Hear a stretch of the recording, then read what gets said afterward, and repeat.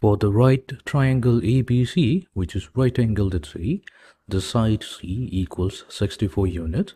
The angle A, that's 61 degrees. We need to determine the remaining part. Okay, let us begin. So here we have the right angle triangle ABC. So it is right angled at C. That means angle C, that's going to be 90 degrees. It's given that angle A, that's 61 degrees. Then we have C equals to 64. So C is going to be the side opposite to the angle C, or the vertex C of the triangle. So AB is going to correspond to C, and that is given as 64 units. So using this information, we need to find out the remaining values. That means we need to find out BC, that is the side opposite to angle A. We need A in a lowercase. We need to find out AC, which is going to be represented by B in lowercase. We need to find out the angle B as well. Okay, so let's begin by first finding out the measure of angle B. Now in triangle, it's a very simple task. In triangle ABC, so angle B, that is going to be equals to 180 degree minus, we'll take the sum of angle C and angle A. So that is going to give us 29 degrees.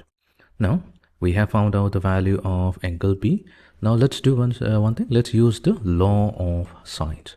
The law of sines states that we'll take the side A is the side BC, and we're going to divide it by the sine of the angle opposite to that side. So sine of angle A, that means we'll take sine of 61 degrees. This is going to be equals to the side B over sine of the angle opposite to B. So angle opposite to B, that is 29 degrees. So we'll take sine of 29 degrees. This is going to be equals to the side C, which is 64. So that is going to be divided by sine of the angle opposite to C.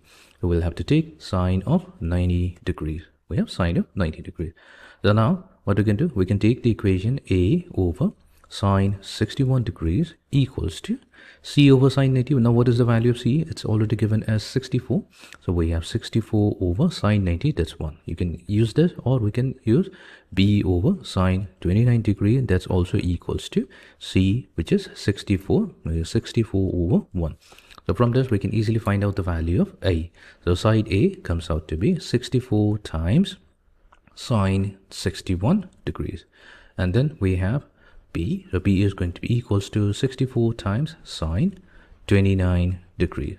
Okay, so we can use our calculator. So A comes out to be approximately 55.98 units, and B comes out to be approximately 31.03.